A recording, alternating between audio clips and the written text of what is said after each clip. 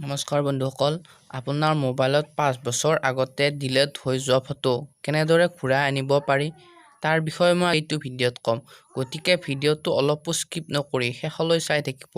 আৰু এটা সৰু ৰিকুৱেষ্ট, যদি চেনেলটো এতিয়ালৈ ছাবস্ক্ৰাইব কৰা নাই ছাবস্ক্ৰাইব কৰি লওক আৰু ভিডিঅ'টোত লাইক কৰিব। আপুনি আপোনাৰ মোবাইলৰ গুগল প্লে ষ্ট'ৰ এপটো অপেন কৰি লওক আৰু তাত অপেন কৰি সাৰ্চ বাৰত লিখক ডিস্কবিগাৰ বুলি লিখাৰ পিছত এনেদৰে আহিব। মই আগতে এপটো ইনষ্টল কৰি থৈছো, সেইবাবে মোৰ তাত অপেন বুলি আহিব। আপোনালোকে ইনষ্টল কৰি ল'ব।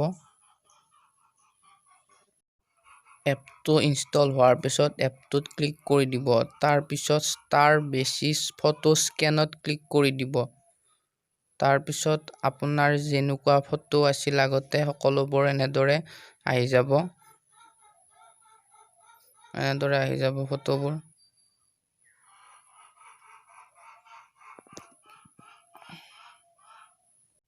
যদি ফটোবোৰ সেভ কৰি ৰাখিব খোজে, ৰাইট চাইডত ক্লিক কৰি 3 ডটত ক্লিক কৰি সেভ দিছ ফাইল লোকেলিটিত ক্লিক কৰি আপুনি যিটো ফাইলত সেভ কৰি থব খোজে তাতে সেভ কৰি লৈ অকে কৰি দিব। এনেদৰে হৈ যাব আপোনাৰ